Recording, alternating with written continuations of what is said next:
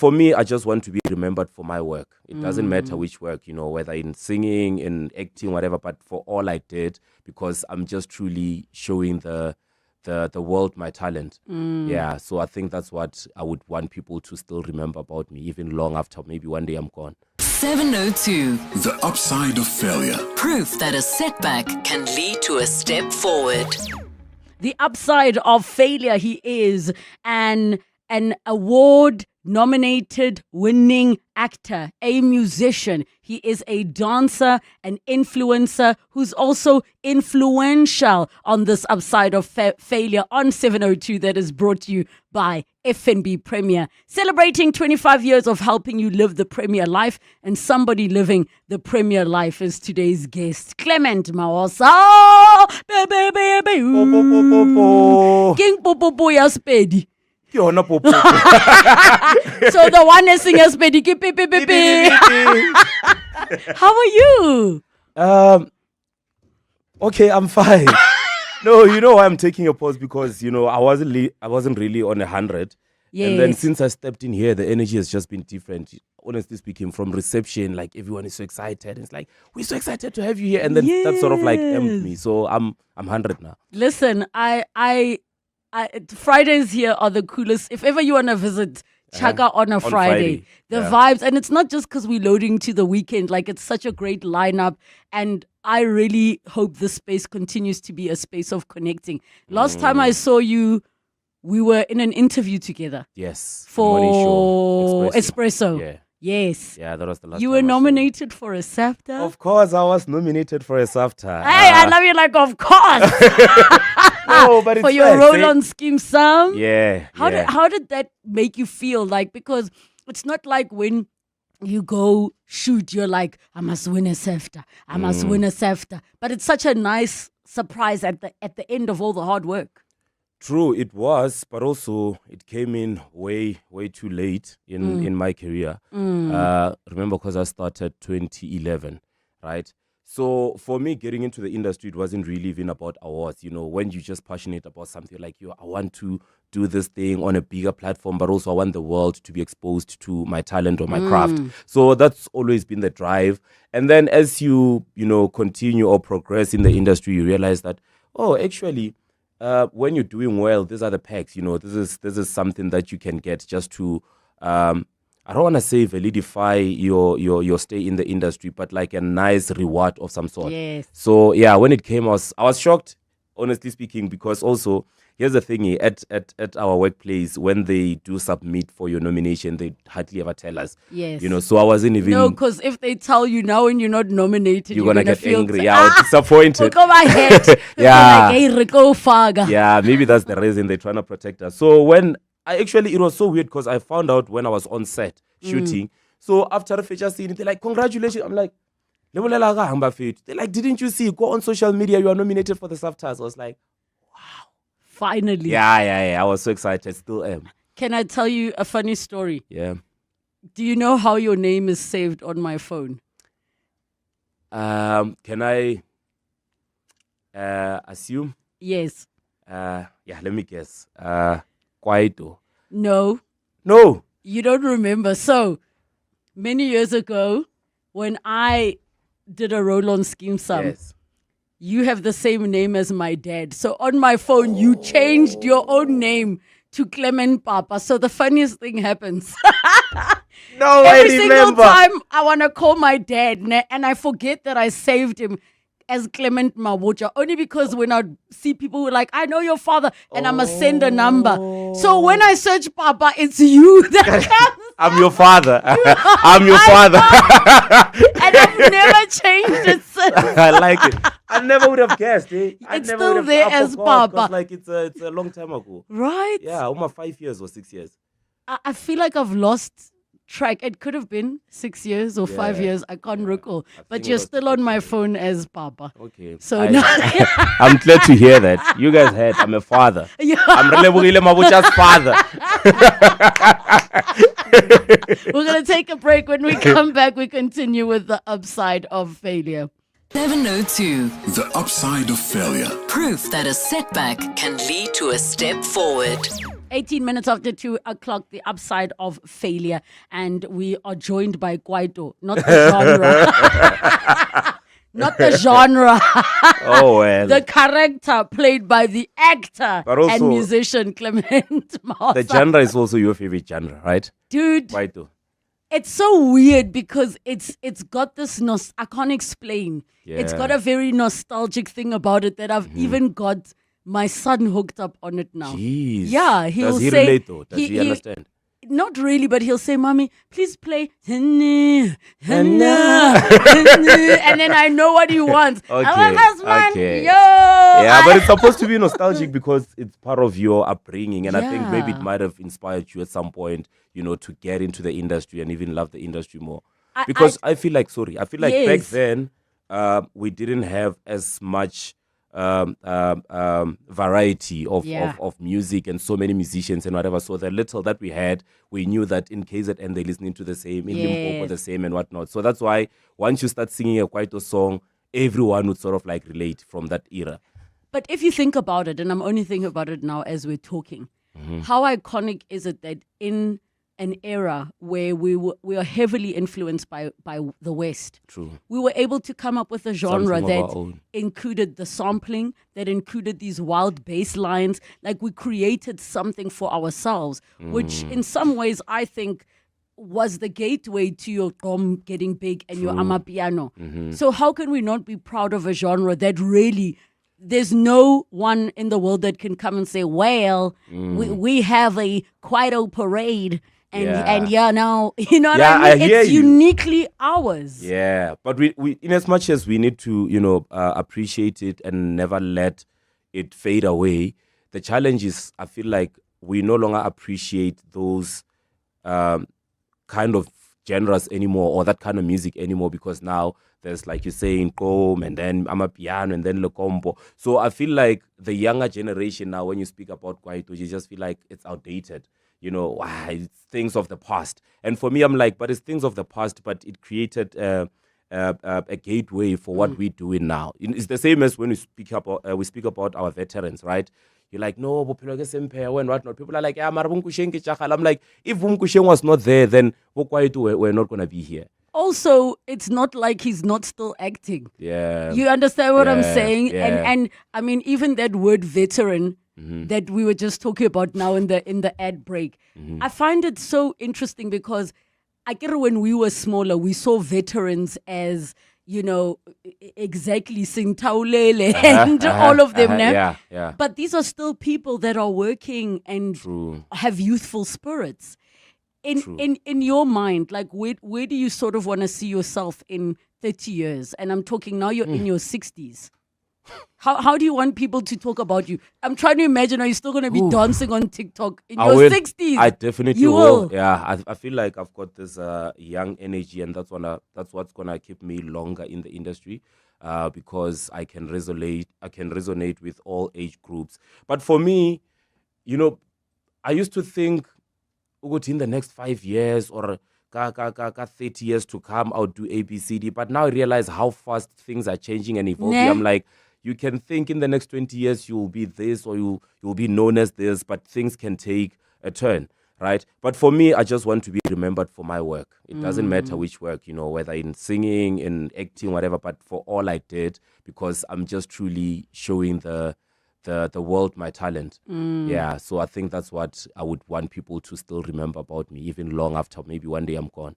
How does it feel when you go back, go Limpopo? Because I almost feel like, as the folks from KZN and Soweto have had the monopoly for a long time. So now, prior to Bomubango and us, like, do you still get that sense when you go home? If Otsana ko Tropong or ko like Polokwane and people are excited to see you, do you still feel that pride of like, yo, ke a representa?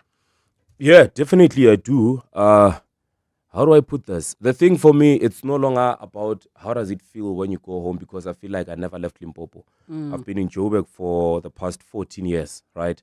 And I've been home almost 3-4 times a month, right? I go to Limpopo almost every weekend. So in as much as No, because my family is there, and I Yes. feel like I'm just too attached to the lifestyle, that side. But for me also, it's intentional because it keeps me grounded, and it's more of a reality check for me.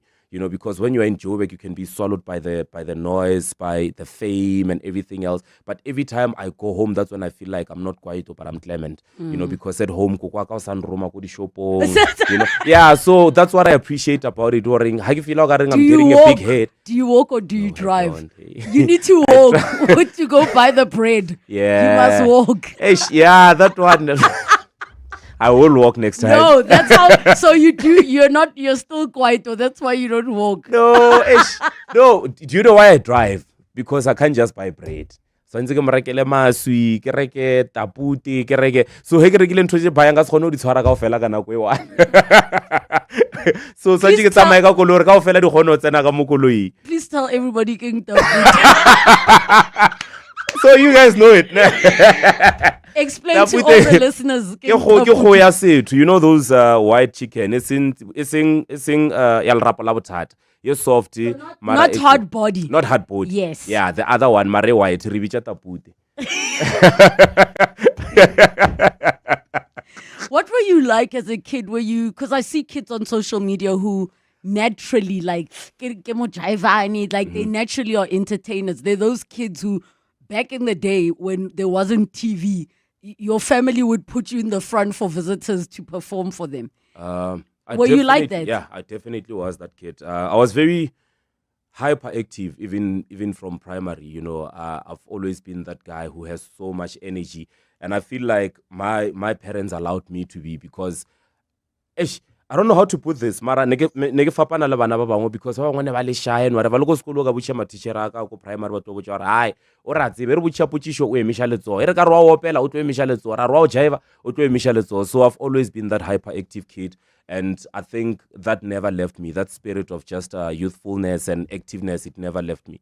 And then in terms of like academically, how did you do? How did you connect to things like mathematics? I love that question because I can get to brag. Higher grade. No, I was a very, very, very smart student. I've always been part of the top 5 best performing learners, even from primary to high school. And even when I finished my high school, I went to university and I studied LLB and I finished record time. So academically, I've always done well. However, with mathematics, I'm the worst. Like when it comes to mathematics, I'm the worst. I thought you were gonna say to me geometry. No, trigonometry and all those things. I know them, but it wasn't like my area of speciality. I knew them, but it wasn't my strongest point. However, when it comes to money, 1 plus 1. Yeah, wa bona ka mpucha ka chelete. Re ka bolela ka di million Yeah. Oh my goodness. Yeah. If you are the type of person that drives to Limpopo every single weekend, ne? And family is just this important, like really, really important thing for you. Can you describe what it was like growing up in the home that you grew up in? Because, and I'm sure you know people, Gauteng, who don't have a community.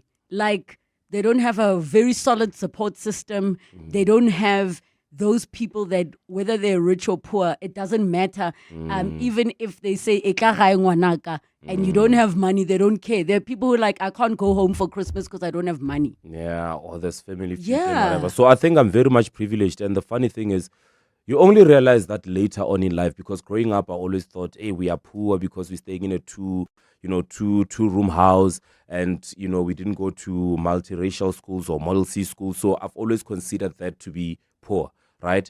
Up until later on, when I'm more mature, I realized that actually that's wealth, because I grew up with both mom and dad and my siblings, and it was like a lovely home, no abuse, no conflicts whatsoever. Yes, there were family issues, but I was young to even recognize that as such. So my aunt was my mother, my grandmother was my mother, my neighbor was my mother. So growing up around such circumstances, it makes you appreciate life more. Because when I come to Joburg, I realize that a lot of people don't have that privilege. Sometimes you're with friends, you tell them, hey, I can't wait to Ratswan Logo Spanning, can you go Limpopo for the holidays? And then they're like, nna ke dula mo Joburg, ha ona ko nka ona, ke holetse Soweto, whatever. And I'm like, but where are your grannies? Originally, where are you from? Because I always had this mindset that Everybody even if you're in comes Joburg, from but you come from somewhere. somewhere. They're like, no, we don't have that. Yeah, maybe Richwa Annex, Soweto, but it's still within Joburg. And I'm like, guys, I'm sorry to say this, but I'm sad on your behalf because you miss out on the beauty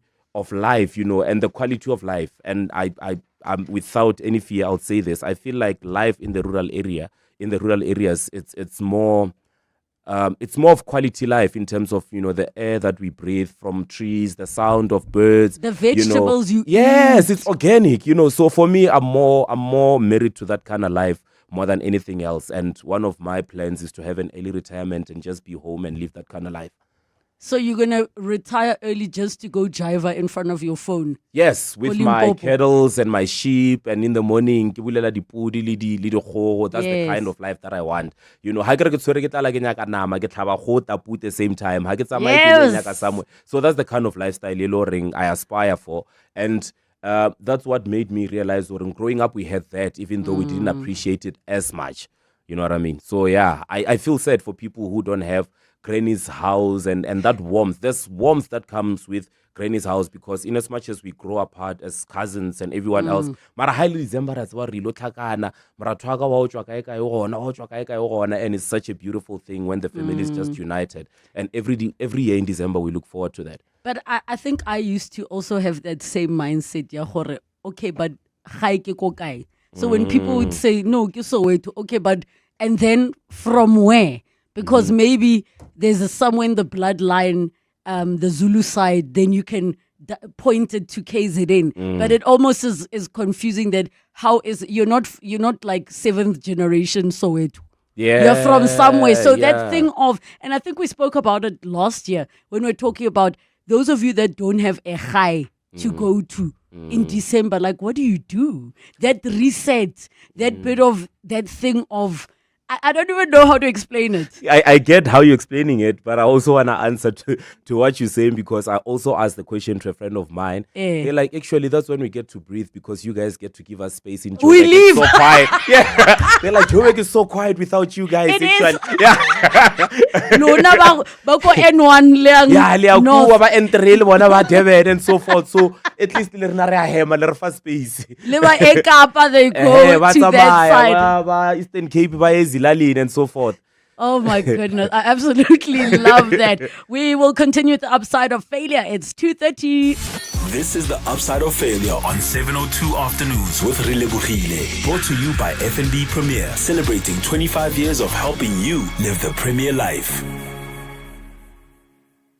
19 minutes to 3 o'clock. We continue with the upside of failure, and we are together with the phenomenal, truly talented, and one of the most humble people in this industry, actor and musician Clement Maosa. 011-883-0702, the WhatsApp line 072-702-1702. We've got a caller, ke Masoga from Midrand. Hi, Relebogile. Hi. How are you? Good, thanks, and you? I'm all right. I just wanted to speak to your guest, please. Yes, Clement's right here. Sure, Maso. Papa waka, Papa waka. I'm your father. Raya, how's it? Sharp, Clement. How are you? Good morning, man. I'm all right. That's my cousin. Exposer, expose it. So, I just wanted to say, we are proud of you and we are proud of your work. But I've just got one question for you today to say, how much influence did your high school English teacher have on the career choices that you made today? And the second one, it's more on a personal level, because I feel a bit robbed that your surname is spelled incorrectly. So are you perhaps in future looking at the surname correctly spelled so that we can take ownership and celebrate you with the pride, knowing that we're celebrating you the way we know you? But other than that, big ups, brother, and keep up the good work. I'll pass to your gogo that I spoke to you. Ntate Tlhalosa, what is the real surname spelling? It's Moasa. Moasa. So somebody made a mistake and then he held on to it. Yeah. Badimo ba tlo reng? Yo, Mashoka, thank you so much. Masoga ba o patetše, ne? Bolela nnete, ba o patetše ba re phone re fe ditaba tše. I did make a disclaimer that no, the second question is more on a personal level, so Alright. I hope it doesn't kill me. Nah, man, it's fine. Ubutitaba. Okay, let's start with the English teacher and the influence. Yes, man. Oh. Yeah, I wasn't expecting this, honestly speaking. This is somebody who truly knows me. He's a good family member.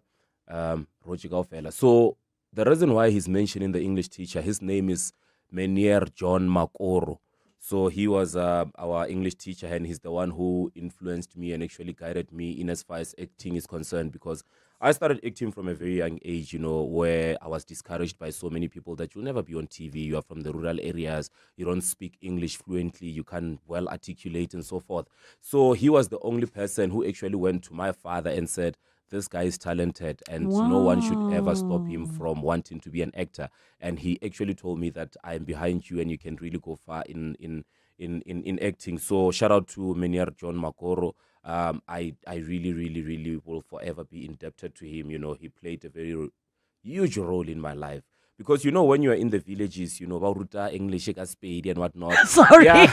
English Spade. I'm telling I know you. what mean. Yeah, Get but true. yeah, adjective. I get Get true. It's not 1, 2. Get true. Hey, Wangusha. And then also even the pronunciation, because I remember I was embarrassed when I went to varsity and Yes. and this, there, and then there was this person like, excuse me, it's stimulation. So what did Like, you say? stimulation. Oh,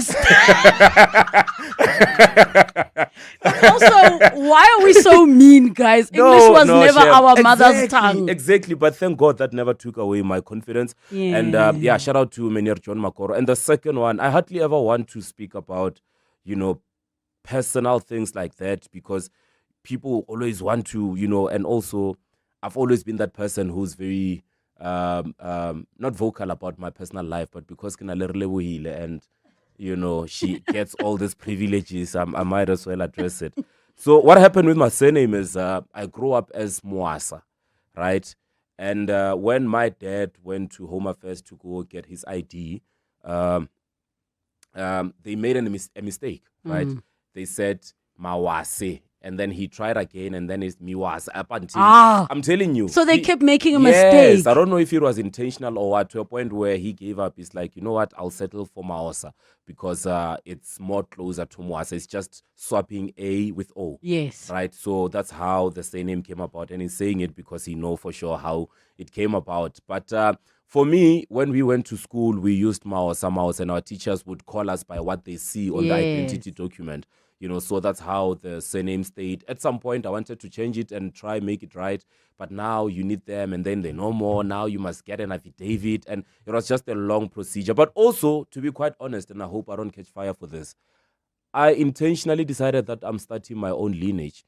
So, because there's a lot of things that I might not resonate with when it comes to the clan and whatever cultural practices and everything. I had to select the ones that I feel like they work for me. So I'm like, okay, I'll start this. Then my offspring moving forward, Maosa. So I think that's what it is. But also even all my siblings, we Maosa. I'm gonna start calling you Moasa. No, because I guess Mamela. Okay, I get it. We also must respect Mabito. And you know what I'm gonna do? I'm gonna send you this masterclass I had with Gogo Dineo and Ganzi to ask about why are surnames important, ne? And in essence, they are directions to who we are and where we came from.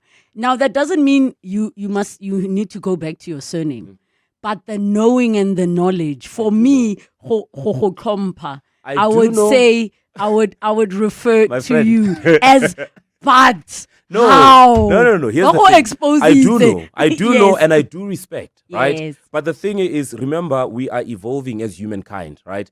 And one of the things that we must take from this is that sometimes you can say you need to be attached to a certain surname because it's your DNA and it's who you are. But sometimes you've got a surname that's really not yours because your parent, stepmother or stepdad, or somehow you thought you belonged to the Maosas and you are the Moasas. So there's a lot that comes with that. The most important thing is to know your history and your root, but also decide what you are, with all that information that you have and the roots and everything. So for me, you need to respect me by calling me by the same name I prefer being called by.